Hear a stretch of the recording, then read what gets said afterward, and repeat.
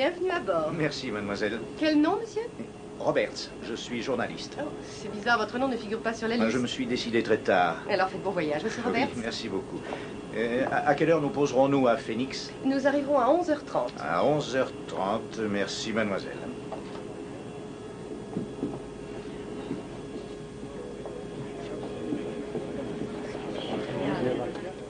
Permettez-moi de vous aider, Non, monsieur. non, non, merci, je préfère la garder près de moi. Oh, pardonnez-moi, notre règlement nous oblige à ranger les bagages avant le départ de l'avion.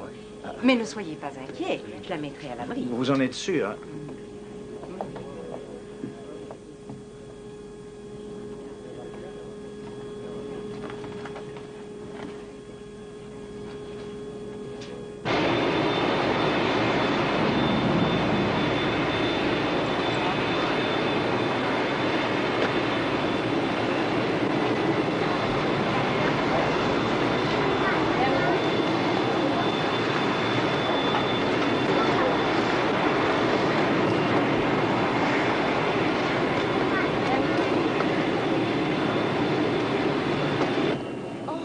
Bienvenue à bord, c'est un plaisir de vous voir. Merci.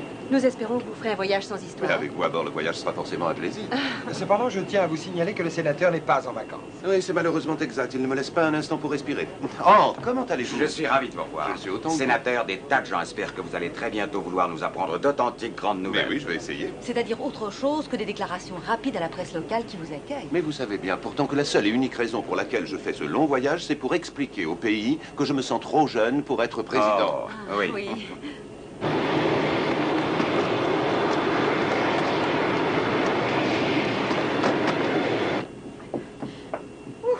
J'ai cru que j'allais faire le trajet à pied jusqu'à Phoenix. Mais où étais-tu encore? Ils m'ont expliqué pendant des heures qu'il fallait bien soigner notre grand sénateur. Mais où étiez-vous, vous deux? Ils ne t'ont rien dit. Nous, on descend avant la rigolade. Comment ça, vous n'allez pas à Washington? Non, nous, on nous laisse après Phoenix. À t'entendre, ça t'enchante pas. Oh, mais non, alors j'aurais bien aimé être des vôtres. Je n'ai jamais vu un politicien répandre la bonne parole. Non, mais tu sais, ce n'est pas drôle. Les politiciens sont des gens qui font leur travail comme tous les autres. Ah oui, ça c'est vrai. Mais la grosse différence, c'est que lorsqu'ils mentent, ils sont sincères. Qu'est-ce que tu en dis? Oui, c'est joli. Mais avec ça, tu as l'air d'une avocate. Oh, non, non, c'est à mon frère. Il l'a laissé quand il est venu l'autre fois. Regarde. Qu'est-ce que c'est? C'est un ballon. Une fois bien gonflé, tu y lis bonne chance, Georges. Tu vas voir? Non, merci, je te crois sur parole, ma chérie.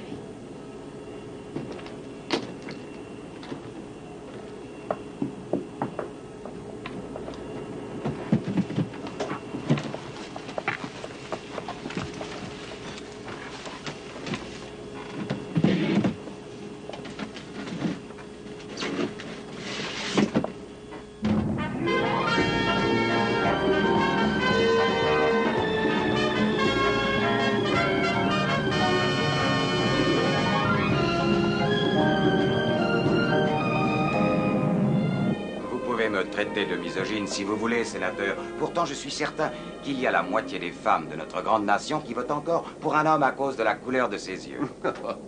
Qu'est-ce que vous répondez à une remarque de ce genre, mademoiselle? Eh bien, ma mère a toujours voté bleu, mais moi je préfère noisette. Je ne suis pas trop radicale. Ah, elle vous a eu. Oui, en beauté. Comment vous vous appelez? Je m'appelle Lisa Benton. Vous n'êtes pas de ceux qui considèrent la politique de façon sérieuse. Oh, je ne considère rien du tout de façon sérieuse. Rien sauf mon travail. Si jeune, si intelligente. Et hélas, déjà sceptique. Oui. C'est ce que je développerai au cours de mes futures réunions. Pratiquement personne n'a confiance en rien. Les gens aimeraient avoir confiance. Mais pour cela, il faudrait des hommes en qui avoir confiance. Excusez-moi.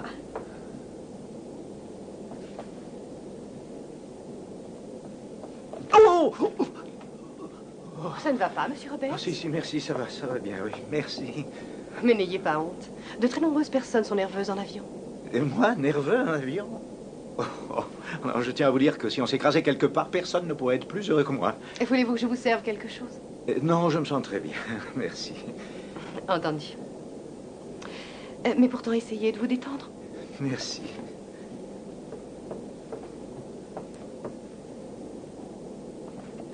Pam? Oui? Je ne voudrais pas me vanter, mais il me semble que j'ai trouvé un politicien qui soit resté quand même un homme. Le sénateur Sinclair.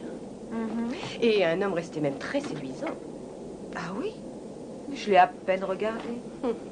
Bien, je crois que je vais retourner le voir.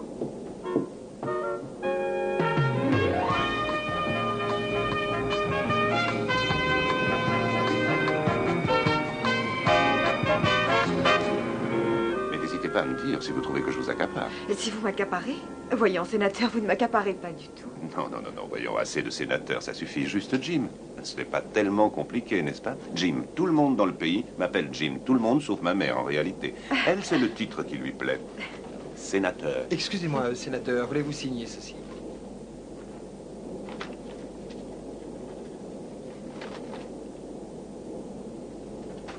Merci, Walter. Vous êtes très rapide. Ah oui, comment savez-vous cela? Vous savez, j'avais... Excusez-moi encore, sénateur, nous allons bientôt atterrir. O'Brien voudrait vous faire quelques remarques. Oui, d'accord. Laissez-moi une minute, voulez-vous? Je m'excuse, je dois vous laisser. Oh, mais ce n'est rien. J'allais justement reprendre mon travail, sénateur. Ah, Oh, Jim. j'aime mieux ça. Et moi aussi.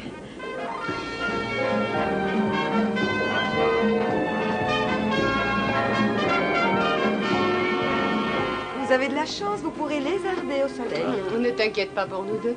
On a bien l'intention de faire les folles. Et toi, surtout, essaie d'être à la hauteur. Bonne chance avec le sénateur. Au revoir.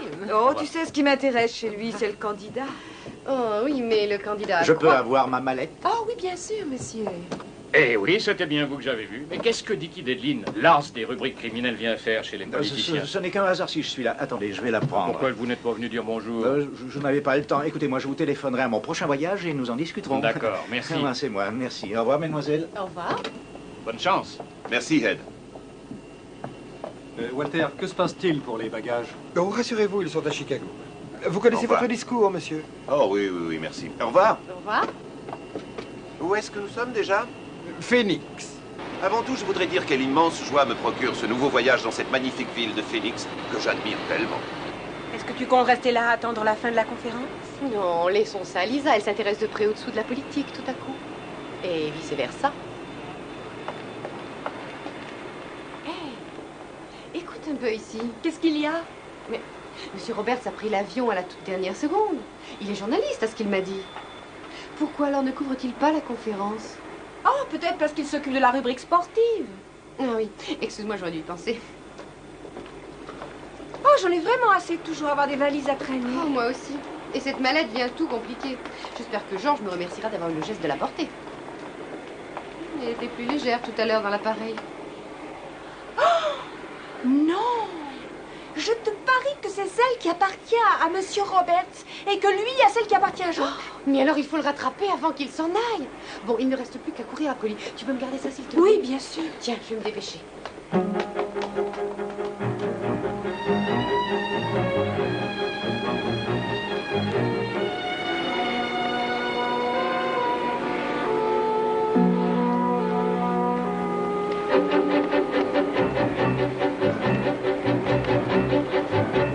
Monsieur Robert!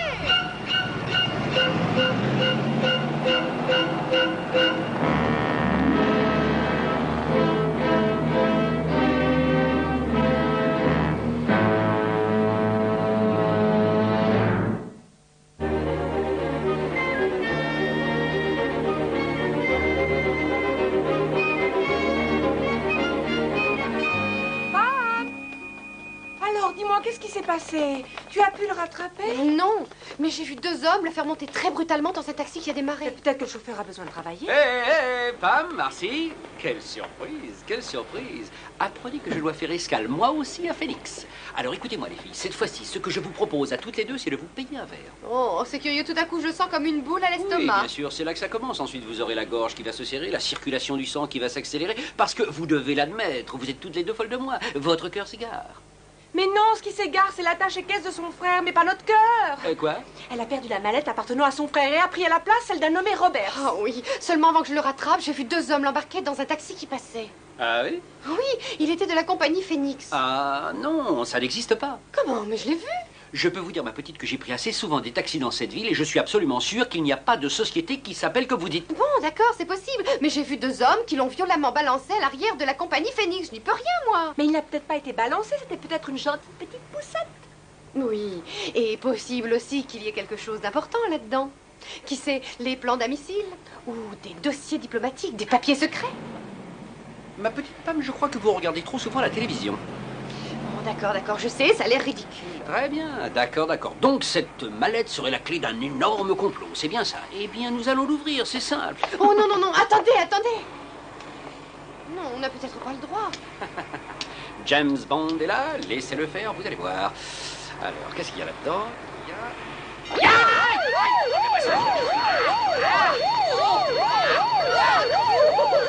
Enlevez-moi ça, je vous en supplie. Mais qu'est-ce que c'est que ça? Que je reste calme. Comment voulez-vous que je reste calme? Police, ici, j'ai horreur des dents de la mer. Appelez-moi la police. N'importe quoi, enlevez-moi ça. Faites-moi voir ça. Voilà, commandant, vous êtes libre. Ah oui, mais qu'est-ce que c'est que ce truc-là? Oh, c'est un système d'antivol pour mallettes. Efficace, n'est-ce pas?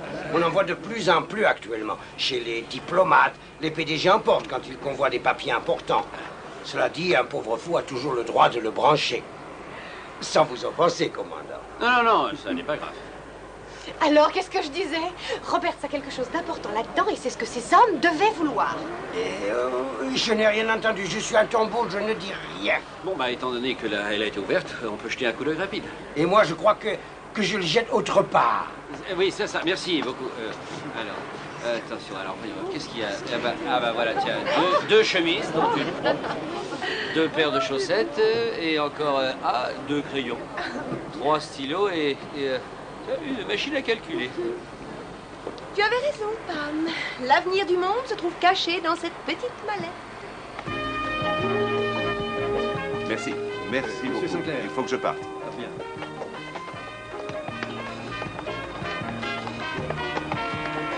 Au revoir.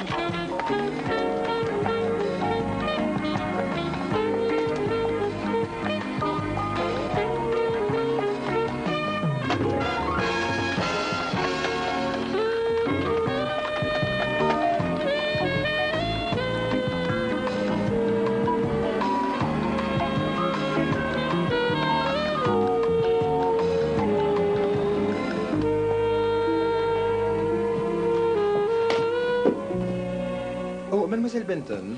Oui. Le sénateur Sinclair vous demande de vous joindre à lui pour le dîner aujourd'hui, après notre arrivée à Chicago. Jim me demande... Eh bien, je n'en sais trop rien. Je n'ai pas trop l'habitude d'être invitée par procuration. Oui, bien sûr, le sénateur aurait préféré vous le demander lui-même, mais le problème, c'est qu'il sera en réunion pendant tout le vol pour préparer un important discours qu'il doit faire. Oh, je vois. Je crois que vous passerez une soirée agréable. Le sénateur connaît d'excellents restaurants. Eh bien, résumons-nous. C'est vous qui m'invitez et c'est le sénateur qui me sera dîner. Mais alors, qui me bordera?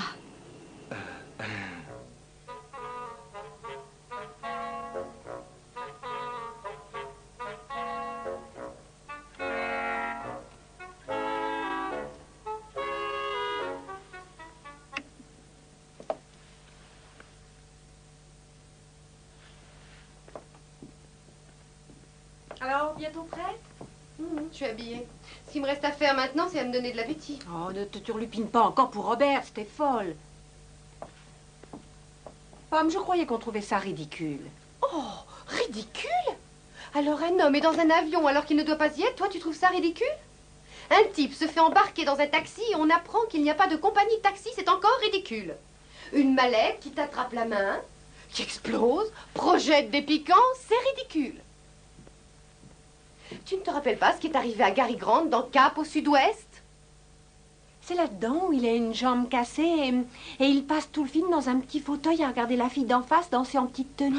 Non, écoute, ça c'était Fenêtre sur cour avec James Stewart.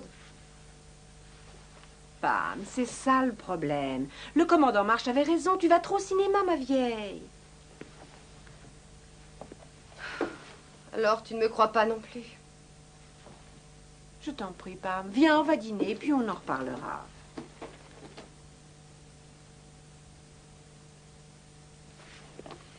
T'es peine que la journée a commencé, je te parie que le serveur ressemble à Paul Newman.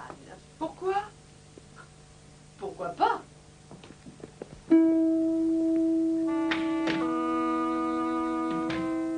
Roberts, c'était complètement ridicule d'essayer de fuir. Ce petit détour à bord de l'appareil de Sinclair n'a fait que retarder l'échéance. Je crois que ce que nous cherchons se trouve là.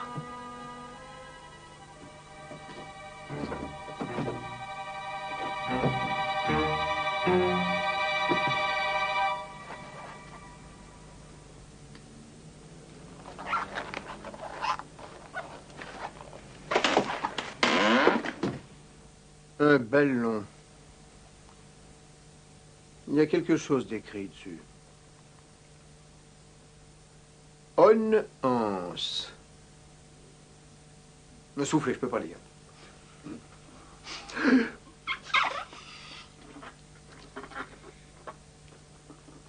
Bonne chance, Georges.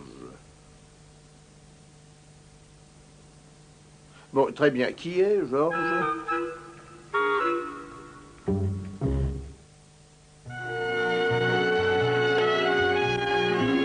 On me pose une question surtout. Oui. Pourquoi la politique? Enfin, du moins, pourquoi avoir décidé de participer à ce cirque? Oh, c'est pas juste, j'allais justement poser cette question. Remarquez, ça ne me gêne pas venant de vous. Parce que vous avez une excuse. Excusez-moi, patron, le gros là-bas, c'est Rudy Hansen. C'est le président du comité de surveillance. Un mot sur sa femme? Bérénice, ligue anti-alcoolique, 2 enfants au collège, opéra bouffe. Rudy Hansen, ça alors, quelle bonne surprise. Tiens, sénateur Sinclair. Mais c'est un très grand honneur. Alors, où en est cette commission de surveillance? Ah, elle surveille toujours autant. Tant mieux, tant mieux. Oh, sénateur, vous vous souvenez de ma femme? Bérénice, comment pourrais-je oublier? Vous êtes magnifique. Oh, merci. Ne me dites rien. Je parie que vous êtes tous les deux en route pour l'opéra. Oh, mais oui, sénateur, nous allions effectivement à l'opéra et nous... Et qui est cette ravissante jeune femme, mon cher? Eh bien, nous pouvons dire que je m'efforce de convaincre cette personne de voter pour mon parti, même si tout le monde sait que je ne suis pas à une voix près, bien sûr. Je m'appelle Lisa Benton. Lisa, je vous présente Rudy et Bérénice Hansen, de très bons amis de longue date. Ah, sénateur, il faut savoir saisir sa chance. Et la vôtre, c'est que, malheureusement, j'ai 30 ans de trop.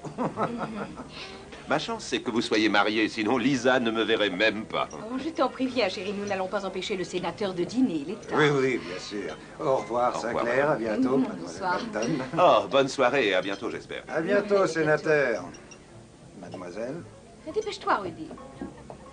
Moé, comment allez-vous? Vous avez lu de bons livres ces derniers temps? Pas ces derniers temps. Et qu'est-ce qui vous amène à Chicago? Mais le travail. Bien. Si vous venez à Washington, j'aimerais vous voir passer à mon bureau. Bien sûr. Bon appétit. Merci.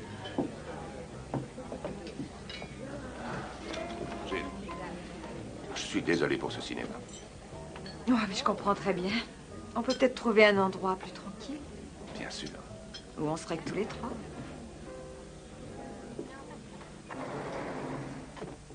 C'est vraiment à hurler. Tu sors d'un dîner somptueux, tu manges 2 tartes aux cerises et tu as encore faim. Je n'ai pas dit que j'avais faim, j'ai dit que je trouvais le service très long. C'est pas du tout la même chose, il me semble. Prends jamais 1 gramme. Je t'en prie, arrête. La semaine dernière, j'ai pris 300 grammes et... Oh, merci. Quoi? On me l'a volé. Regarde. La mallette n'est plus là.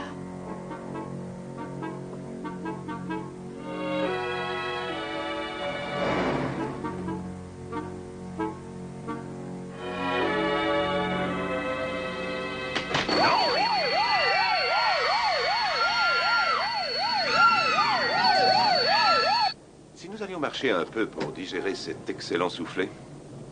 Avec plaisir. Walter, nous allons marcher un peu avec mademoiselle. Vous voulez nous suivre en voiture, s'il vous plaît? Bien sûr. Vous savez, il y a une petite question qui me tracasse. Oui, laquelle? Eh bien, qu'est-ce qu'une fille intelligente comme vous? Oui, c'est vrai, vous êtes très intelligente. Enfin, pourquoi êtes-vous hôtesse? Ah, personnel de cabine. Bien, personnel de cabine, j'oublie toujours. Alors? Eh bien, je crois que j'aime les voyages. J'ai l'occasion de connaître beaucoup de monde. Vous savez, un Et politicien a un énorme problème. Il faut toujours qu'il se demande ce qu'on peut penser de sa personne. C'est vrai, la plus petite critique le contrarie beaucoup. Eh bien, je peux tout résumer en une question. Pour moi, c'est sérieux ou juste une petite soirée? Oh, mais c'est très sérieux. Je crois même que ça n'a jamais été aussi sérieux. En plus, je viens d'avoir une superbe idée. J'adore tout ce qui est superbe, allez-y. Voilà, nous sommes censés atterrir à Washington demain en fin d'après-midi. Ça tombe bien. Je dois aller à un dîner politique, disons une petite fête du parti du coin. Vous savez, où on sort de grands plats, où on mange trop. Enfin bref. J'aimerais que vous veniez avec moi. Ça me ferait très plaisir. Je ne sais pas si vous allez m'attirer beaucoup de votes, mais je suis absolument certain que tout le monde m'enviera.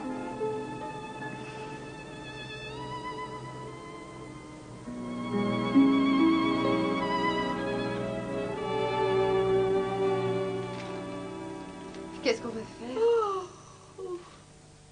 Tu veux savoir ce qu'on va faire demain? Nous appelons la police et nous portons plainte pour vol, c'est tout. Mais en attendant, on va piquer un somme. Il est très tard. Marcy! Regarde, elle est là. Qu'est-ce qu'elle fait ici? Ah oui. Je l'ai sortie un peu avant le dîner. Je voulais calculer combien on me devait pour ce mois-ci.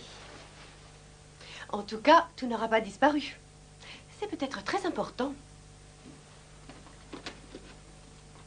Pam, entre nous, tu ne crois pas que tu vas un peu trop loin? Tu me rappelles Grace Kelly dans un film d'Alfred Hitchcock. Je me souviens d'un film où un type marche le long d'une piscine et glisse brutalement. Il s'agrippe désespérément au bord de la piscine, mais il craque. Il sent qu'il va couler. Il crie, mais il n'y a personne.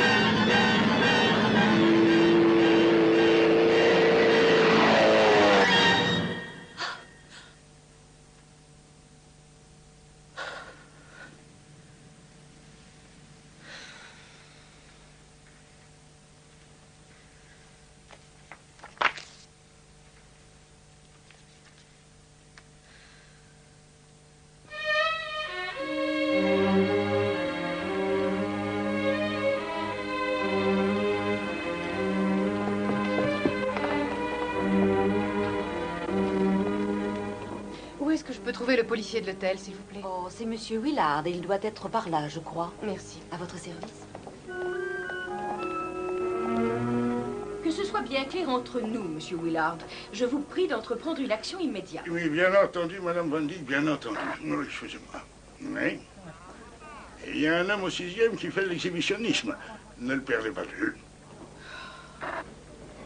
Eh bien, où en étions-nous? Je vous prie de faire quelque chose pour ce véritable outrage. Entendu, Madame Van Dyck, vous savez, quand il s'agit d'un cas d'une cliente violemment prise à partie par un distributeur automatique, on prétend que je suis inégalable. Rassurez-vous, j'en fais une affaire personnelle. J'aurais dû rester à la police montée. Et vous avez des problèmes? Eh bien, je... Oui, excusez-moi. Et le type du 6e a volé des serviettes. Si c'est le même qui faisait de l'exhibitionnisme, demandez-lui d'en mettre une autour de la taille. Quel est le problème?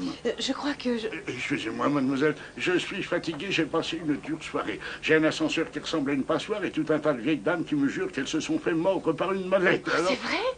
Oh oui, c'est certainement lui, le voleur. C'est un ami à vous? Non, non, c'est lui qui m'a volé. Mais c'est pas la mienne, en fait. Elle appartient à ce reporter qui s'appelait Robert et qui a été enlevé en taxi, qui n'a jamais existé. Mais c'est rien parce qu'on a la machine à calculer. Alors si vous pouvez monter dans la chambre tout de suite pour relever les empreintes ou faire tout ce que vous devez faire chaque fois qu'il y a un vol ici, espérons que Marcy ne sera pas sous la douche. Je l'espère aussi. Bon, excusez-moi, oui. Le type du 6e s'est déguisé en femme de chambre. Dites vite faire la chambre 26, alors. Bon, nous allons voir. Marcy, je suis avec Monsieur Willard. Marcy? Il n'est plus là. Et qui n'est plus là? Chaque fois que j'ai le malheur de quitter cette pièce, quelque chose disparaît. Cette fois, c'est mon amie Marcy. Elle s'est fait enlever. Et c'est certainement par la même bande qui a enlevé Robert. Oh, c'est pas vrai. Oh, j'aurais jamais dû la laisser seule. Tout ça est ma faute. Ne vous affolez pas comme ça. Je vous jure qu'elle n'est pas disparue. Il faut d'abord qu'elle s'absente 2 jours. Et alors elle aura disparu. Oh. Vous voyez, ils reviennent pour me chercher. Chut. Tenez ça.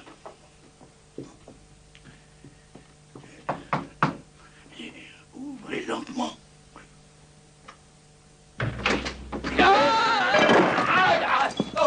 Capitaine March. Mais vous êtes malade ou quoi?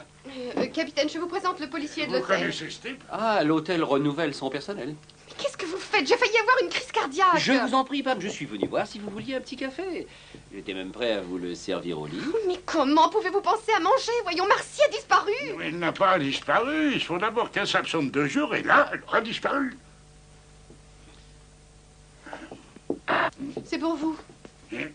Merci. C'est Willard. Est-ce que l'autre fou continue à semer la pagaille au 6e? D'accord, ne perdez pas de vue, je monte immédiatement. Oui, oui. Il n'est pas croyable, celui-là. Il est parti comme ça sans insister. Il y a un gros complot qui se trame et personne ne sait ce qui se passe. Mais il faut téléphoner quelque part, appeler la police. Oh, le FBI. Il faut appeler quelqu'un, n'importe qui. Pam, calmez-vous, d'accord? Dorénavant, je m'occupe de tout. Ça vous va? On est bien d'accord? Maintenant, je prends tout en charge. Oh non, ne faites pas ça. Ils ont peut-être placé un micro, on ne sait jamais. Un micro? Ah bon? Mais expliquez-vous. Toute la chambre est peut-être piégée. Allons, venez. Mais qu'est-ce que vous racontez? Pourquoi voulez-vous que toute la chambre soit piégée? Je suis un pilote. Je ne suis au courant de rien, moi, d'accord? Et bon, alors salut. Ils devaient sûrement nous surveiller après avoir enlevé Robert. Oui, probablement. Une petite minute, on va plutôt par là. C'est peut-être l'un d'entre eux.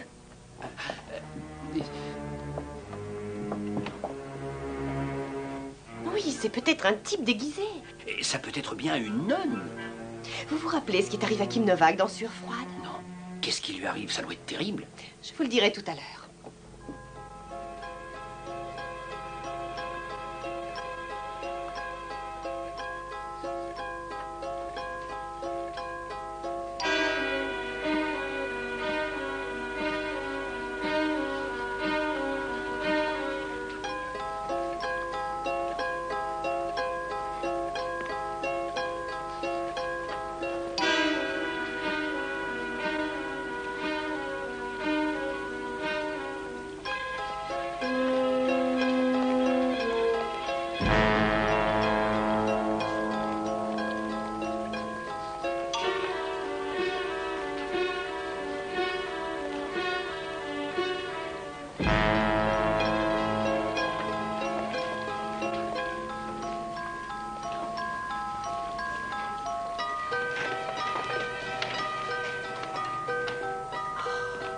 Ouf, on a réussi à passer. Venez, il faut trouver un téléphone.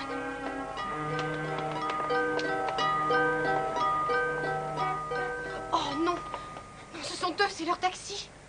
Attention, 1 minute, Pam. Cette fois, ça suffit. Je crois qu'il est temps qu'un homme prenne la situation en main. Oh non, qu'est-ce que vous allez faire? Venez. Nous allons tâcher de savoir ce qui se passe ici, c'est facile. Oh non, mieux vaut partir dans l'autre direction, mieux vaut filer. Non, plus maintenant. On est en Amérique.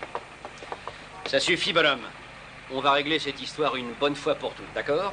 Il ne faut plus faire peur aux jeunes filles. Ça n'est pas très gentil et je pourrais me fâcher. Et si vous saviez par hasard où se trouve Marcy, j'exige, messieurs, en tant que représentant de la compagnie Sun-West, que vous nous conduisiez auprès d'elle tout de suite. Aïe! Allez. Ah, bon, ben, ça va.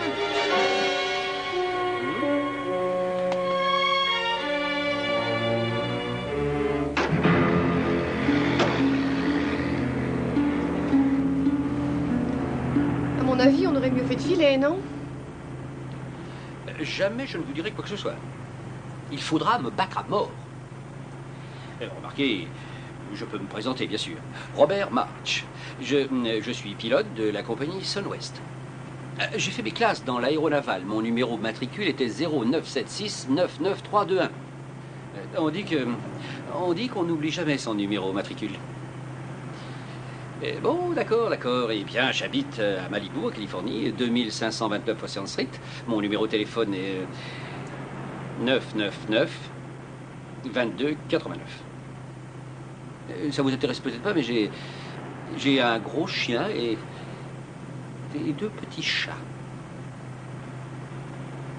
Oui, vous auriez probablement fini par me faire avouer tout ça, alors je préférais vous le dire tout de suite. Ah oui, je vois une fille aussi. Elle s'appelle Deborah. Et elle travaille dans un restaurant. Je ne me souviens plus l'adresse exacte, mais enfin, je peux vous expliquer comment le trouver. Alors, voyez, vous voyez l'avenue Wishart qui traverse Santa Monica. Eh bien, à peu près 200 mètres de là, vous voyez, sur la droite, en descendant, il y a un restaurant, juste à côté d'un garage. Et c'est là qu'elle travaille.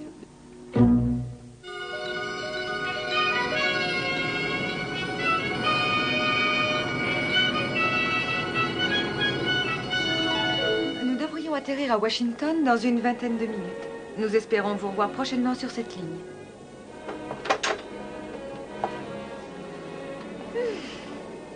Est-ce que vous voulez m'empêcher de travailler, cher sénateur? Je préfère croire que c'est le contraire, plutôt. Vous savez, je me disais qu'une fois terminé ce dîner, je n'avais que 2 petites réunions mineures demain. Et supposons que je réussisse à grappiller 2 jours de congé à Washington. Nous pourrions peut-être visiter la ville, qu'en dites-vous? Théoriquement, je dois repartir pour la côte. Mais je peux peut-être essayer de me faire remplacer par une des autres filles. Bien. J'ai très envie d'aller à votre petite fête ce soir. Oh, je vous préviens. N'espérez pas une fête de 1001 nuits. Je vous assure qu'il n'y aura que des représentants de la presse locale et ils ne sont pas des plus drôles. En parlant de ceci, j'y pense. Il y a quelque chose que je voulais discuter avec vous pour cette soirée. Eh bien, quand on vous présentera un peu à tout le monde, vous verrez, vous n'y couperez pas. Eh bien, ce n'est pas la peine de crier sur les toits que vous êtes hôtesse. Pourquoi? Ah, bien, c'est pas grave du tout pour moi.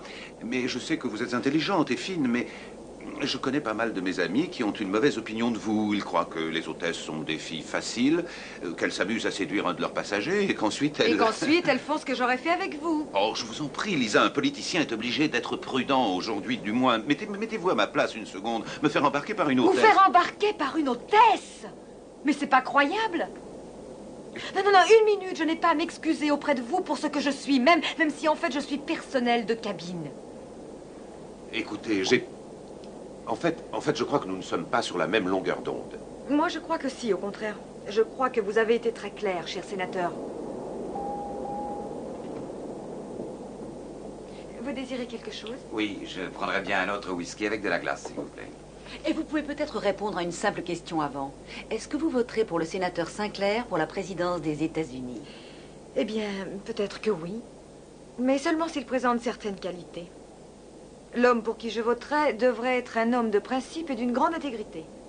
Un homme qui ne sera pas aveuglé par sa propre image, au point de ne pas apprécier les sentiments de ceux qui l'entourent. Voilà le candidat pour qui je vais voter.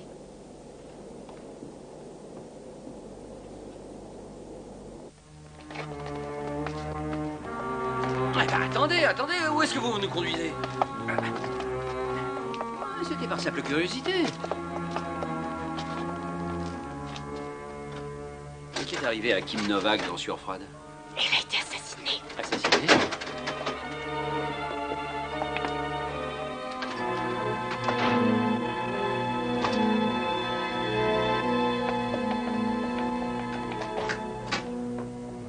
Merci. Oh, ça va rien Ah, toucher. je viens. Je vais très bien. C'est cet endroit, tu le sais, toi? Je peux peut-être vous fournir des explications. Je m'appelle Smith. Eh ben voilà déjà une première réponse intéressante. Bienvenue au bureau régional de l'agence de renseignement fédéral. L'agence de renseignement fédéral? Mais qui sont ces hommes, ceux qui nous ont enlevés? Des hommes des brigades de choc qui travaillent pour notre département. Ah, comme les types de l'espionnage. Oui, en moins discret. Bon, ça va, on en reparlera, Roberts. Mais j'aimerais tout de même une explication. Tout le monde prend un siège, alors. Je vais tenter d'éclaircir certains points. Il y a 6 mois, notre ami journaliste a écrit une série d'articles qui ont permis l'arrestation d'une bande de malfaiteurs que nous cherchions depuis longtemps. Ah, c'est chouette. Non? Oui, c'est très chouette, commandant. Si chouette, en fait, que nous avons voulu trouver la source de ces informations pour pouvoir effectuer d'autres arrestations. Oui, ça me paraît raisonnable. Tout dépend du point de vue où on se place. Il se trouve que je suis très respectueux des lois, moi, mon cher commandant March. Elles me permettent de ne pas révéler mes sources. Vous refusez de les donner? Je ne les révélerai à personne. C'est extra. Une seconde, mesdames. Oui, récemment, la Cour suprême a autorisé un officier de police à fouiller les dossiers d'un journaliste pour voir s'il cachait des informations. Donc, Monsieur Smith a mis au point une fouille de mon bureau. Seulement, on m'a prévenu de leur arrivée. J'ai donc embarqué tout mon matériel, je l'ai placé dans une mallette et j'ai filé à l'aéroport. Certains de nos hommes étaient pendus à ces basques. Oui. Alors c'est pour ça que vous étiez dans l'avion. Vous n'étiez pas là pour le sénateur, c'était pour autre chose. Ah, bien entendu. Et quand nous l'avons arrêté à Phoenix, nous avons cru qu'il vous avait transmis les renseignements en faisant l'échange des 2 mallettes de cuir. Mais quand nous vous l'avons volé, nous avons découvert qu'elle ne contenait rien. Alors nous avons pensé que l'une d'entre vous devait avoir ce que nous voulions trouver.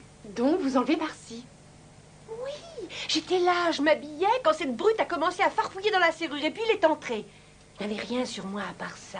Alors il ne reste plus que vous, mademoiselle. Moi? Je suis désolée, mais je n'ai rien. Oh, je vous en prie, Pomme, donnez-lui ce qu'il veut et nous pourrons enfin filer d'ici. Vous permettez?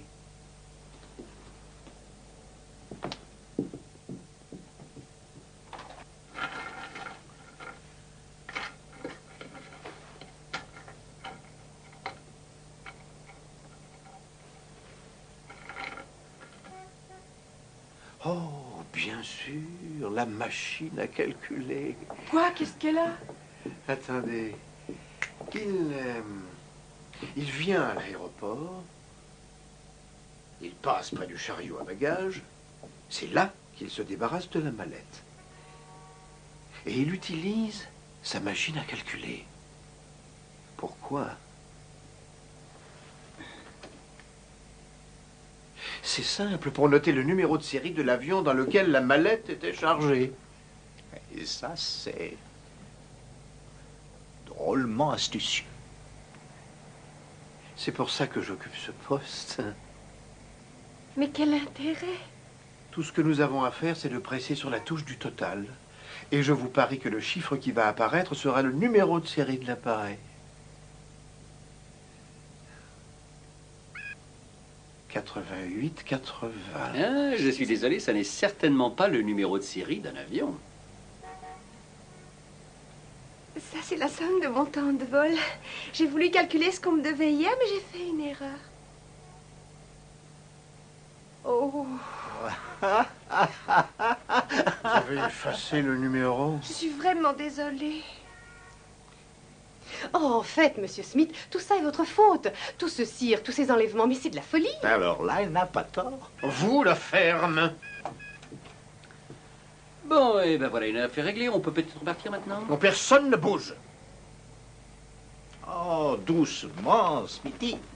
Vous ne croyez pas que vous en faites trop? Vous avez vos voleurs et j'ai protégé mes sources d'information. Elles restent valables pour moi et je pourrais coincer d'autres bandits et ces braves filles n'auraient jamais dû être embarquées. Libérez-les, je vous en prie. Je peux vous jurer que je trouverai cette mallette, Robert. Je suis tenace. Oui. Alors, si vous savez quelque chose, autant parler tout de suite. Un avion mexicain devait décoller derrière nous. Bon, et où allait cet avion? À Guadalajara. C'est au Mexique. Je sais où c'est, merci. Mais il y avait un autre appareil qui le suivait et qui allait à Anchorage. Ralph, sors-moi tout le monde d'ici. Allez dehors. Dehors, tout de suite. Enchantée d'avoir fait votre connaissance. Un de ces jours, Roberts, je trouverai cette mallette. Ça, je ne parierai pas. Il est déjà difficile de récupérer ses bagages quand on sait où on va.